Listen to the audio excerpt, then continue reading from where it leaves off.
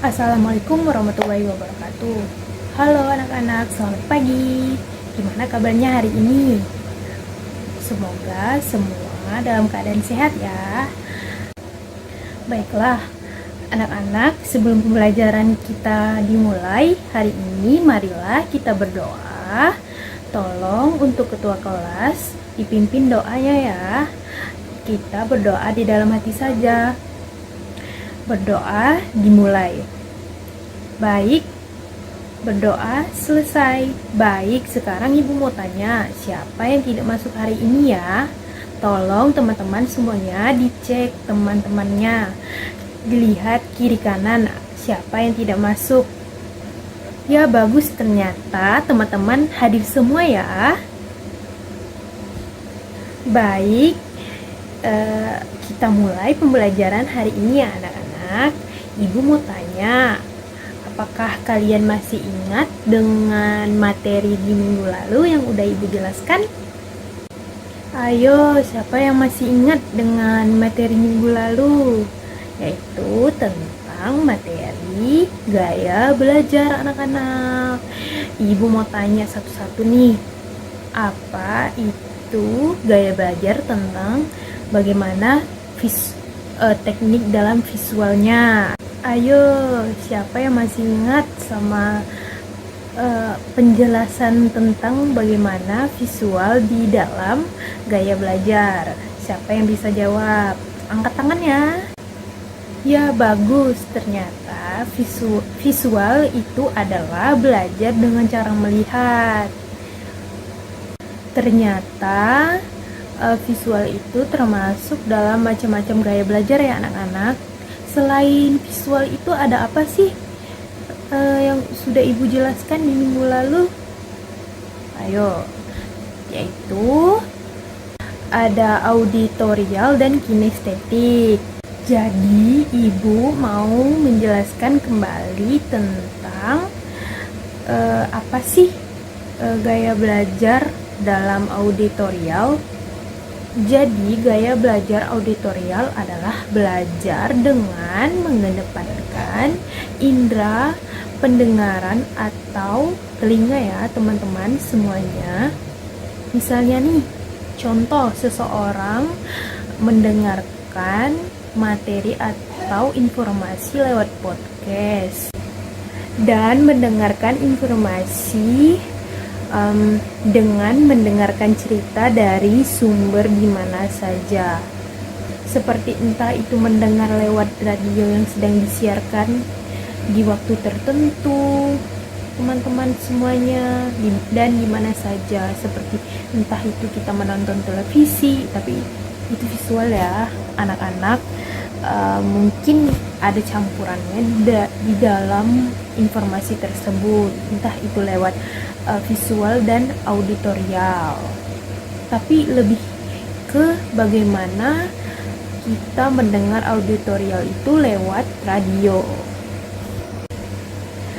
Jadi sebelum kita masuk ke 3 materi yang nanti ibu sampaikan di hari ini, ibu ingin membahas kembali ya, atau menguak kembali nih apa saja yang sudah ibu sampaikan di minggu lalu. Oke?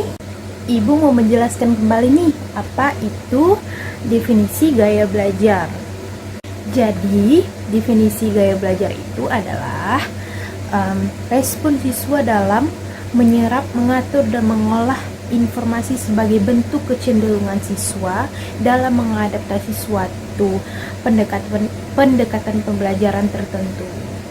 Dan juga ada loh macam-macam gaya belajar, yaitu visual, auditorial, dan kinestetik yang sudah dijelaskan tadi loh teman-teman semuanya. Baik, oke. Jadi kita udah muak nih, atau udah mengingat kembali materi sebelumnya. Jadi ibu langsung saja nih masuk ke materi yang pertama untuk di hari ini yang ibu mau jelaskan ke kalian. Oke, kita masuk materi pertama, yaitu media pembelajaran. Jadi ibu menjelaskan nih definisi dari media pembelajaran itu apa, yaitu media pembelajaran secara umum adalah Alat bantu proses belajar mengajar, yang artinya segala sesuatu yang dapat dipergunakan untuk merangsang pikiran, perasaan, perhatian, dan kemampuan atau keterampilan peserta didik. Sedangkan karakteristik media pembelajaran itu ada 3, yaitu media auditif, media visual, dan media audiovisual. Media auditif itu media yang mengandalkan kemampuan suara saja seperti radio, kaset recorder. Sedangkan media visual yaitu media yang mengandalkan indera penglihatan karena hanya menampilkan gambar. Lalu yang terakhir, yang ketiga, yaitu media audiovisual gabungan teman-teman, yaitu media yang umumnya mempunyai unsur suara dan unsur gambar. Contohnya film dokumenter, video tutorial yang ada di YouTube dan yang ada di sumber-sumber di dalam handphone, entah itu seperti selain di tempat lain, yaitu seperti ada di TV. Dan yang sekarang Ibu mau menjelaskan tentang macam-macam media pendidikan, yaitu ada 2. Yang pertama itu ada media elektronik dan yang kedua itu adalah media non-elektronik. Yang pertama itu ada media elektronik. Media elektronik adalah media yang menggunakan elektronik atau energi elektromekanik bagi pengguna akhir untuk mengakses kontennya. Sumber media elektronik yang familiar bagi pengguna umum antara lain adalah rekaman video, rekaman audio, presentasi multimedia, dan konten daring.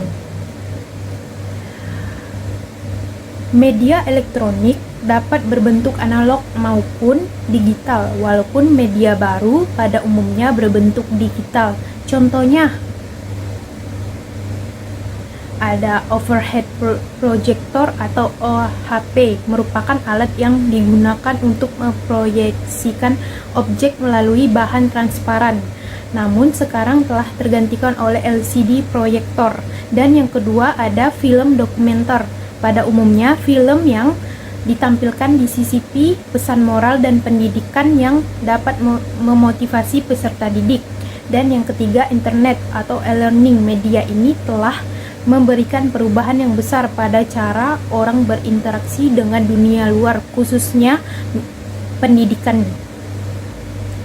Salah satu perangkat media elektronik yang paling menguntungkan, dengan satu klik tombol iklan akan memenuhi halaman web, dan pasti untuk menangkap beberapa pandangan sekilas untuk sesama peselancar web.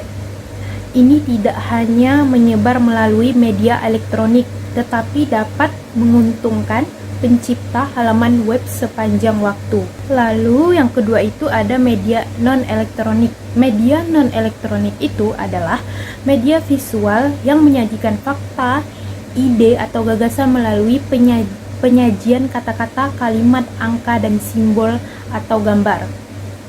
Biasanya digunakan untuk menarik perhatian, memperjelas sajian atau ide, dan mengilustrasikan fakta-fakta sehingga menarik dan diingat orang-orang. Jenis-jenis media elektronik itu apa aja sih? Yaitu ada skate, gambar diagram, grafik, poster, kartun, komik, dan moral.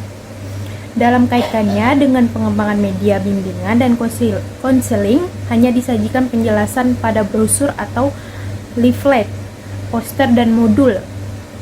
Selanjutnya dalam perkembangannya muncul beberapa media yang bisa digunakan, diantaranya flip chart, papan bimbingan, komik, dan informasi. Contoh lain dari non-elektronik itu juga ada media cetak atau modul LKS yang berisi media pembelajaran yang dapat diakses dan dibaca oleh peserta didik. Dan yang kedua itu ada media pajang seperti whiteboard, chart, papan seperti yang sudah disebutkan tadi, yang umumnya berisi penyajian dalam bentuk gambar atau diagram. Dan yang ketiga itu ada media peraga dan eksperimen atau torso. Semoga materi yang telah disampaikan dari Ibu di hari ini berguna untuk kalian semua.